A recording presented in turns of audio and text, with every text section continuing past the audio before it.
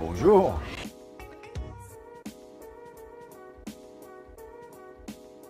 Mesdames et messieurs, bonjour, c'est un guide prestigieux qui va nous faire découvrir son bateau. C'est une belle surprise. Il s'agit, mesdames et messieurs, de José Bové. Bonjour José. Bonjour. Et merci beaucoup de nous faire visiter votre bateau, le Nouveau Monde. Alors est-ce qu'on peut faire un petit tour et est-ce que vous pouvez tout nous dire sur ce bateau? Aucun problème. Super, allons-y. On est parti. Oui, par quoi on commence? Ah ben écoute, on peut faire le tour à l'extérieur et puis après on va rentrer. Donc c'est un petit bateau, il fait 9 mètres, mais petit bateau, petit problème. Et c'est un bateau avec ma compagne qui nous permet d'aller où on veut. Et c'est formidable, c'est un bateau qu'on a inventé avec l'architecte Jean-Pierre Bruns et Hakim Ramoun, le patron du chantier Olbia, il y a 2 ans. On avait rêvé de faire un bateau comme ça et on y est arrivé enfin. Alors on va voir pourquoi il est un peu atypique. Ok. Donc au niveau de la coque, il n'y a rien d'atypique, si ce n'est que voilà, il y a 2 quilles avec des bulbes très écartés, Ouais. ce qui fait qu'on a un bateau qui est très stable. Il y a Ouais. 2 safrans, donc ça c'est sous l'eau, donc on ne va pas le voir. Non. Mais il a une autre particularité, donc je t'emmène devant. Super, on y va. Alors, Hop là. On a intégré des panneaux solaires. Des panneaux solaires. Donc il y en a de chaque côté. Ça permet effectivement avec ça d'être autonome et on peut rester des jours et des jours sans être obligé d'aller dans un port. Génial. Tous les instruments de navigation fonctionnent avec ça, tout ce qu'on a besoin à l'intérieur, mais aussi le pilote automatique et vraiment on a une grande autonomie. Génial. Et alors, ce qu'on a voulu faire sur ce bateau, c'est qu'il soit à la fois simple pour naviguer, mais aussi que quand on était à l'intérieur du bateau, on puisse continuer à naviguer et qu'on ait l'impression d'être sur le pont, même si on est à l'intérieur. D'accord. Et donc, on a inventé ce roof singulier entièrement vitré à 360 degrés qui nous permet de pouvoir vivre à l'intérieur du bateau comme quand on était à l'extérieur. C'est une bulle géante ce bateau. Donc c'est une bulle géante, voilà. Alors il y en a qui dépensent des fortunes pour acheter des catamarans pour voir l'extérieur. Nous on a dit on va faire la même chose sur un bateau de 9 mètres. Alors l'idée elle n'est pas venue de moi, mais elle est venue d'un dessin qui existait, Ouais. que tout le monde a déjà vu, mais personne n'a osé le réaliser en bateau. C'est le sous-marin de Tintin dans Le Secret de la Licorne. Ah super. Il a fait un superbe, tout le monde connaît cette couverture. Oui, cette oui, espèce de oui. Sous-marin en forme de requin, Ouais. avec une bulle ronde dessus et Tintin dedans. Et Génial. moi j'ai dit c'est ça qu'il faut faire. Et ben les c'est ça inspirations. qu'on a essayé de faire et voilà, on est content d'avoir fait ça. Ah bah oui, c'est super. On va voir la perspective depuis l'avant du bateau. Ici, on a beaucoup de place. Hein. Oui, c'est un bateau qui est quand même assez, qui est très dépouillé. Toutes les manœuvres reviennent derrière, donc ce qui a fait qu'en fait on peut naviguer seul sans souci et voilà, donc on n'a pas du tout de difficulté. Les passes avant sont assez larges pour un si petit bateau Ouais. et en même temps voilà. Ok. Et il y a une main courante qui court tout autour du bateau. Ça, c'est peu courant. Voilà, on a fait ça aussi pour pouvoir être sécurisé quand on est à la gîte. Et ben, c'est bien agréable d'avoir une main courante Eh oui. à porter. Et donc là, effectivement, on n'a jamais de soucis. Et donc on a une main pour le bateau et puis une main pour soi. pour soi. Et là, vraiment, c'est caractéristique. Alors, qu'est-ce qu'on peut créer comme voile d'avant sur ce bateau? Comment ça se passe au niveau de la navigation en mer? Alors là, ici, devant, classiquement, on a un génois. Oui. Hein. Après, ici, là où il y a le petit drapeau, eh bien, on peut mettre des voiles qui sont des voiles plus petites, donc pour permettre effectivement, quand il y a du gros temps, de pouvoir continuer à naviguer. D'accord. Dehors, qui peut s'étendre, qui fait 60 cm et qui permet, à l'extérieur, de mettre soit un code zéro, soit un spi asymétrique. Et donc voilà, donc on peut utiliser vraiment Toutes les combinaisons. Et c'est super. Et il y a 2 barres de flèches. Il y a 2 barres de flèche, parce que le mât, quand même, pour la taille du bateau, est assez grand. Oui. Donc ça permet une bonne stabilité. Voilà. Ok, Et super. on a voulu que les barres soient à l'intérieur pour pouvoir avoir une meilleure circulation autour du bateau. Ouais. Ben voilà, donc on a choisi effectivement de créer de cette manière-là. Ça marche. Alors on va aller dans le cockpit, on va voir comment sont reprises les manœuvres.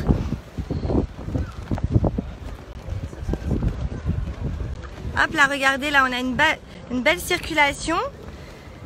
Il n'y a aucune cadène qui vient nous empêcher qui nous fait des pièges de pont, il n'y en a pas. Et là, on a un cockpit avec des banquettes en teck. Ouais. Et on a des winches, c'est assez... J'avais jamais vu ça. Ben ça, c'est des winches de secours. D'accord. C'est-à-dire que si on a un problème, on peut séparer les deux safrans. Ok. Et se servir, on ouvre ici et on peut barrer directement d'un seul safran. Et donc, c'est une sécurité supplémentaire. D'accord, mais ils sortent... Non, ça sort pas ça. On dévisse ça avec Avec la la manivelle. Voilà, avec la manivelle. Et après, on peut manœuvrer directement. D'accord, génial. Et là, ici, il y a toutes les manœuvres qui sont reprises là, voilà, sur ce piano, de chaque côté. De chaque côté, ce à qui fait que tribord. là, on a une grande facilité pour pouvoir manœuvrer et donc être bien. Eh oui. Et les winches à l'arrière. Et alors, l'écoute de grand voile. L'écoute de grand voile est ici. D'accord. Ah, ça c'est Ruby. Moi aussi, je le connais. Il a navigué avec Tabarly. Voile Magazine. Ah ouais. Et sa femme, Non. Christine. Plus, pareil. Ça va? Faut. Moi j'ai du tabac, Ruby. Et là aussi, tu vois. Non. Et oui, j'attends un bébé. Une petite fille. Alors,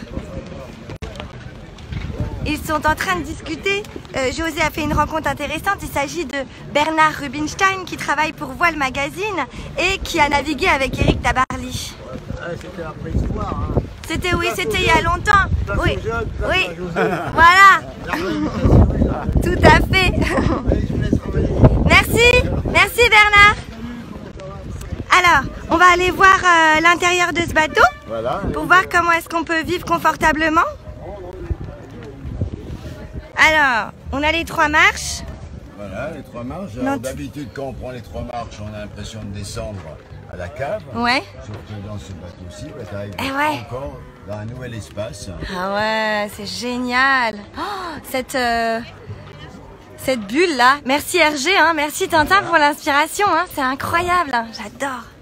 Donc voilà, si tu t'installes dans le carré, bah, en fait, tu peux naviguer assis dans le carré. Ah ouais, tranquille quoi. Voilà, tranquille. En père peinard. Voilà, tu peux bouquiner, tu peux manger, tu peux blaguer avec les copains. Et ouais. Et voilà, et t'es bien. Et ouais, Tu on viens est le bien, bateau, là. Et puis tu contrôles tout, tu regardes tout de l'extérieur. Et c'est comme si tu étais dedans. Et dehors, ouais. Donc c'est super, quoi. Ah, c'est génial, c'est vraiment génial. Et puis c'est tout open space, c'est-à-dire qu'on a l'impression d'être dans un loft en fait presque, parce que là il n'y a pas de séparation avec la cabine avant, donc ça donne une grande impression d'espace quand même quoi. Bah oui, moi j'avais pas du tout envie. Déjà dans le premier bateau que j'avais qui s'appelait Le Petit Monde, Oui, qui avait la même taille, mais il n'y avait qu'un seul bouchin. Là c'est un bateau avec 2 bouchins, donc il fait qu'il est plus large au niveau de la coque. il fait combien de large au niveau Il fait- au mètre beau, c'est ça qu'on Ouais, dit? 3 mètres. 3 mètres, ah ouais quand même. Oh là là, c'est génial, là il y a une petite banquette. Il y a une Ici on banquette. peut dormir, c'est une banette cercueil. C'est ça, voilà. Alors Ok. pour l'instant tout ça est encombré avec beaucoup de vin. Ah oui, mais ça c'est bien, on aime Eh le bah vin. oui, c'est ça. tu comprends, et du vin bio espagnol. là. Et du vin bio espagnol. Voilà. Sans sulfate, c'est ça? Et sans sulfite, ouais. Sans sulfite. Voilà, un beau lit avec les imprimés marins qu'on reconnaît, une bibliothèque là-bas. Ouais. Qu'est-ce que vous lisez? Ah, Je ça, peux c'est- aller voir? Ah vas-y, mais Je peux monter sur le lit? C'est pas moi, comme c'est pas mon bateau celui-ci. Ah, c'est pas votre bateau? Ah non, celui-là c'est pas le mien, ça c'est le numéro 2. Hélène MacArthur, La vérité sur l'affaire Harry Kéber et Serge Ferrari et évidemment un bloc marine. Un bloc marine. Hop là. Alors ici, on a les rangements, la cambuse. Donc là, il y a plein de rangements ici, tu peux mettre les vêtements, sous le lit c'est pareil, il y a des coffres partout. Et ouais. Donc ce qui fait que vraiment on n'est pas du tout embêté. Et Il y là, a les boissons, mais ça là on Ouais. a fini hier soir déjà. ah, ça Et devait être donc, une belle soirée. Voilà, il reste encore un peu de whisky, mais des bouteilles de vin, tout va bien quoi. Tout va bien. Et donc ici, la cuisine. Et donc là, mais là, Là, on peut faire 1 mètre. Là, il y a combien là, jusque là-haut? Ah bah écoute, celui qui est ici, ce matin, il y avait des gens qui faisaient plus d'1,90 m qui étaient là, ils touchaient pas. Ils disent c'est le seul bateau qu'ils avaient visité aujourd'hui, dans lequel ils pouvaient se tenir debout. Oh, c'est génial. Ça veut dire que mon mari pourrait se tenir debout sans problème alors. Eh ben écoute. Voilà. Oh, c'est génial. Alors ici, donc on a la cuisine, donc traditionnelle, la gazinière, le four, Voilà. l'évier double vasque comme à la maison. Le frigo. Le frigo qui est là et qui s'ouvre. Attendez, regardez. Comment ça s'ouvre? Tire, voilà. Ça tire et comme ça, on n'est pas obligé de plonger dedans. Hein, moi, quand je faisais des transats, je plongeais dans le frigo. Et c'était pas pratique du tout. Et alors là, on a un beau carré. Voilà, Avec donc, vraiment tu peux descendre la table et ça te fait encore un grand lit double. un king size, quasi. Voilà. Et là-bas, on a qu'est-ce qu'on a? Voilà, classiquement. La salle de bain La salle de bain, voilà. avec la douchette. Avec la douchette. Et ici, un petit local technique là-bas. Voilà, où On range les cirés, on on range range... les cirés, l'annexe, voilà, tout ce qui peut être humide, on le stocke là. On le met là. Et ici, on a encore une autre banette. Voilà, encore une autre banette qui peut s'élargir d'ailleurs, on peut la faire encore plus grande, ce qui fait que tu agrandis le lit. Ouais. Voilà. C'est tout simple. L'idée c'est que ça soit simple, qu'on puisse s'organiser facilement. Ouais, bah ça c'est sûr que c'est facile. On a la petite table à cartes ici avec les instruments de navigation. Et là, comme on est encore un peu écolo, on sait faire. Donc on a double poubelle. Ah, double poubelle. Voilà.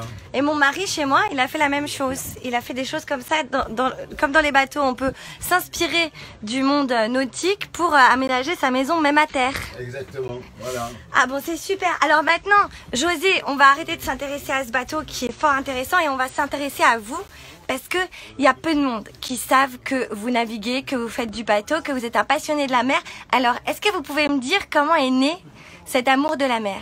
D'où ça vient? Bon, écoute, ça vient, c'est très simple. Moi, tout gamin, je suis originaire de Bordeaux. Ouais, Tout gamin, c'est-à-dire 1 an, 2 ans, déjà, on était sur le bassin d'Arcachon ouais, avec les parents. Et après, mes parents avaient une petite maison à Lacanau, ouais, mais au bord du lac. d'accord, Donc, à l'âge de 7-8 ans, j'étais au club de voile ouais, sur le lac de Lacanau. Et c'est là où j'ai appris d'abord en dériveur, en caravelle, en dériveur, rien. Bref, on a tout fait. Et jusqu'à ce qu'on achète en 67 un 470, en 68 plutôt. En 68, on a acheté un 470. Et donc, voilà, ça a été des années de dériveur sur les lacs et comme ça. d'accord. Voilà, et donc c'est comme ça que tout a démarré. Et alors, bah, du dériveur à la croisière, il n'y a qu'un pas. Mais alors, comment est-ce que vous avez franchi ce pas? Bon bah écoute, j'ai navigué avec quelques personnes, avec des amis, comme ça de temps en temps, mais comme j'étais assez loin de la mer, puisqu'après je suis devenu à 22 ans éleveur, c'était moins évident. Ouais, Mais quand même, je me suis dit, au fur et à mesure des années, c'est pas possible de pas continuer le rêve et de se dire, on doit pouvoir être paysan et marin en même temps. ouais, ouais. Voilà, donc je suis allé voir Meta, le chantier, qui est en fait pas trop loin de chez nous, puisque c'est encore dans le centre de la France. Ouais. Et donc je les ai rencontrés. Puis je me suis dit, bon, ben, c'est pas encore pour moi ça. Ouais. Il faudra encore que j'attende. Ouais. Et C'était puis, financièrement, c'était trop cher. financièrement, ça correspondait pas. Et puis je me disais comment je vais m'organiser. Donc c'était vraiment quelque chose de trop compliqué. Puis ce Ouais. qu'ils proposaient n'était pas dans mes moyens. Ouais. Donc, je me suis dit, bon, c'est un beau rêve, mais un jour on verra. Vous aviez quel âge à ce moment-là? Oh, là, je devais avoir, j'avais pas 50 ans encore. Ah oui, d'accord. Tu vois, donc il fallait attendre. Il fallait attendre. Et puis là-dessus, il y a eu des moments un peu particuliers. Il y a eu le démontage du McDo, tout ça. Ouais, on s'en souvient. Et donc, Joseph Fricot, qui est le patron de Meta, qui était le patron de Meta à l'époque, qui a pris sa retraite depuis, c'est lui qui avait aidé Bernard Moitessier à construire le Joshua. Ouais. Et il m'a envoyé une petite lettre en me disant, mais on va te faire un prix McDrive. Ah, c'est génial. Alors, j'étais tellement occupé avec la préparation des procès, tout ça, que je m'en suis pas occupé. Je l'ai Ouais. rappelé 1 an et demi après. Et puis, je me suis excusé. Et puis, il me dit, non, mais on a construit un petit bateau. Et on pense que ça serait bien avec l'architecte que ça soit pour toi. Et on est tous prêts à te le faire à prix coûtant. Oh mais c'est hyper sympa. Et ça c'était parce que vous aviez bénéficié d'une certaine visibilité médiatique, non, c'est même non? pas pour ça, mais simplement par sympathie, puis qu'il trouvait Ah sympa ouais. ce qu'on faisait. Eh oui d'accord. Et donc, C'est le côté militant, le côté voilà. engagé qui a un Voilà. peu fait fondre le cœur Et de voilà. l'architecte. Donc D'accord. l'architecte, le constructeur, Ah ouais, génial. le gréeur, le maître voilier, tous, et l'aménageur. Ouais, Et en fait, on est tous devenus copains. Génial. Et on s'est jamais quittés. Donc ça, c'était en 2002. ouais. Et on a commencé à naviguer avec le Petit Monde en 2004. D'accord. Et il y a 2 ans de ça, 3 ans, on discutait avec Jean-Pierre Bruns, l'architecte, Ouais. et Hakim, le patron de chez Olbia, Hakim Ramoun. Et là, on a dit, ben, on pourrait faire un nouveau bateau de la même taille, Ouais. mais en essayant d'avoir quelque chose qui soit plus large, donc avec un double bouchin. D'accord. Et puis on s'est mis à gamberger. D'accord. Et c'est là où est née l'idée de la bulle de Tintin, etc. etc. Et puis j'ai dit, bah, écoute, si on fait le bateau, moi je prends le premier. D'accord. Et on élabore tout ensemble. Quoi. Génial. Collectivement, comme on s'entendait bien, c'était encore une autre façon de se retrouver, puisqu'on se retrouvait déjà toujours sur l'eau l'été. Et oui. Et voilà.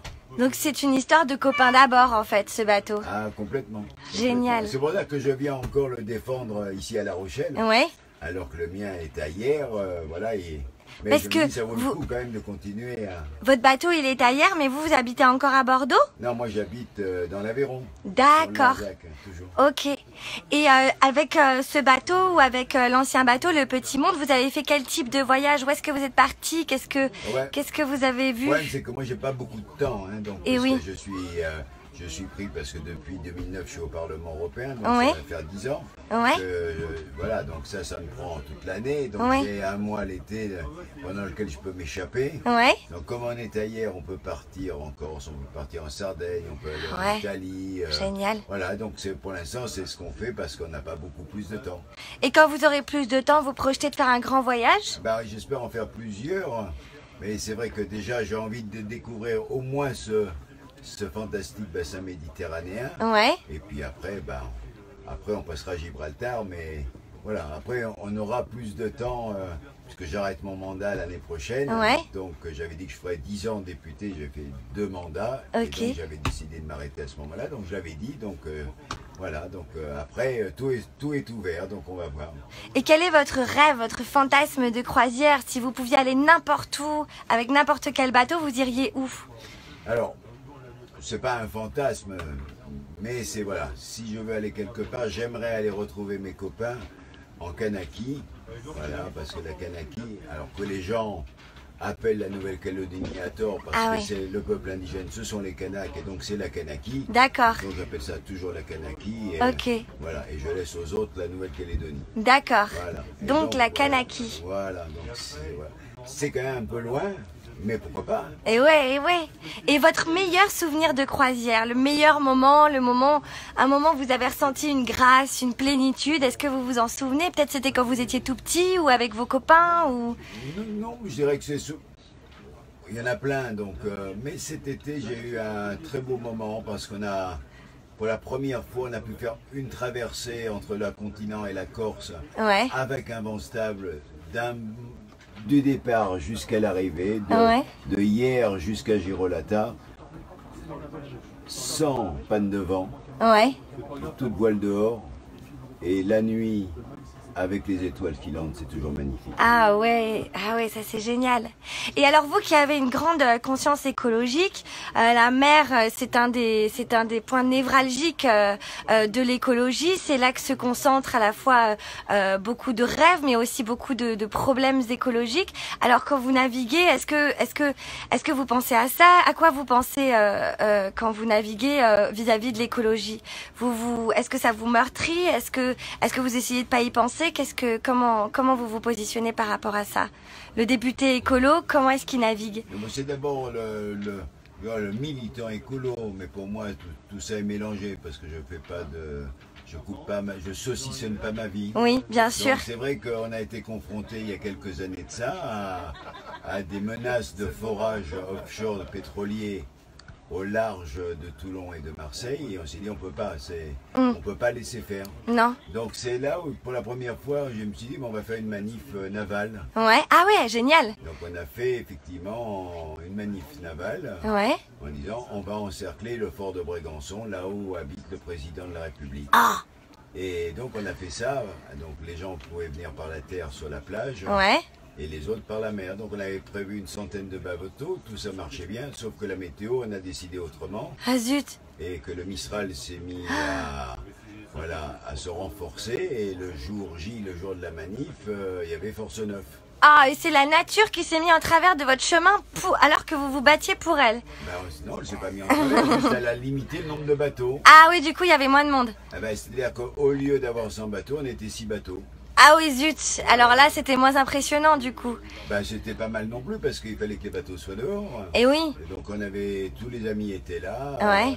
Eugène Riquidel était là, Jean-Yves Terlin était là, Florence Artaud était là. Ah, génial. Plus moi avec mon petit bateau, Hakim, le patron d'Olby, avec le sien, l'architecte avec le sien. Et donc en fait, on a fait presque une manif familiale Ouais, sur génial. l'eau. Mais c'était pas gagné, quoi, pas avec Force 9. Mais bon, voilà, Et on l'a fait. ces plateformes, alors? Et on a gagné la bataille. Sérieux? Ah, On a bah c'est gagné génial. la bataille. Et donc ça a été le point de départ aussi d'une mobilisation pour essayer de, d'internationaliser ce type de combat. Ouais, tout à Donc, fait. après, là, en même temps, là, on a mené la bataille et on continue de la mener contre les bouts rouges. Oui, les bouts rouges. Donc, Ouais, aussi bien en mer, mais maintenant à terre. ouais. Voilà, travailler aussi sur l'étang de Berre avec les pollutions chimiques. Ouais. Et en même temps à se coordonner avec d'autres combats qui ont lieu ailleurs. Mais voilà, donc les plateformes en Guyane. Et donc il y a toute une bataille. Si on pouvait déjà supprimer les plateformes maritimes dans la Méditerranée, parce que Ouais. c'est une mer fermée, Ouais. et que c'est un danger terrible. Ouais, Si demain ouais. il y a une plateforme qui pète en Méditerranée, Ça va tout va rester, quoi. tout va rester et ça peut être une pollution majeure. Et la mer inspire beaucoup d'initiatives écologiques à beaucoup de personnes. Quelle est l'initiative qui vous tient le plus à cœur, celle qui vous a le plus intéressé, celle qui vous marque et dont vous voudriez nous parler? Bon, il y en a beaucoup, mais moi je trouve qu'il y a énormément de choses magnifiques. Toute la bataille qui a été menée contre le chalutage en eau profonde a été un moment important. Oui. C'est une bataille qui aujourd'hui est en train d'être gagnée, qui est gagnée Super. sur le papier. Pareil contre la pêche électrique. Ouais. Et ça aussi, ça a été une bataille qu'on a pu mener à la fois avec des associations comme Bloom sur le terrain, mais aussi au Parlement européen. Donc c'est des batailles qui ont permis d'être à plusieurs endroits en même temps. Ouais. Et puis là aussi, je soutiens aussi tous nos amis là qui sont dans qui ont des chantiers, qui travaillent sur la question des bateaux et qui ont créé cette association formidable qui s'appelle Econave Ouais. et qui aujourd'hui essaye justement de mettre en avant des matériaux de construction renouvelables, des produits qui soient compatibles avec l'environnement et qui essayent d'inventer aussi, pourquoi pas, des motorisations de demain, qu'elles soient électriques ou autres. Donc essayer d'avancer dans cette vision de cohérence entre l'écologie et la navigation, que ce soit pour des gros bateaux, que ce soit pour des bateaux comme les nôtres. D'accord. Et qu'est-ce que vous pensez par exemple du quadrimaran d'Yvan Bourgnon il venait nettoyer les mers avec son quadrimaran? Vous en avez entendu parler, ça? Oui, mais moi tout ça, ça fait partie des super... Est-ce que ça va marcher? Est-ce que ça va marcher? J'en sais rien. Ouais. Mais en tout cas, c'est en avançant sur des projets comme ça qu'on peut essayer de construire. Ouais. Alors si on veut nettoyer les mers, là on est en aval, c'est-à-dire qu'on a les catastrophes et puis il faut les nettoyer. Donc ça c'est un problème.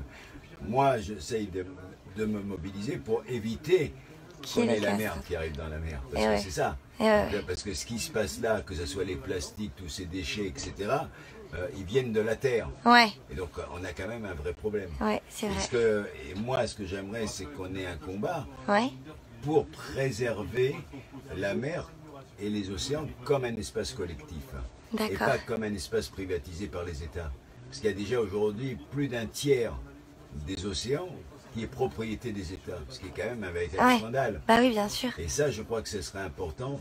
C'est un patrimoine collectif et Ouais. ça doit être aussi une gestion collective et qu'il ne soit pas une gestion concurrentielle entre les États. D'accord. Et ça permettrait de responsabiliser chaque personne, Ça quoi. peut responsabiliser chacun et surtout ça lui donne un statut collectif, universel, propriété collective de l'humanité, ou au moins pas propriété, mais il y a un usage collectif de cet espace et qui est aujourd'hui essentiel.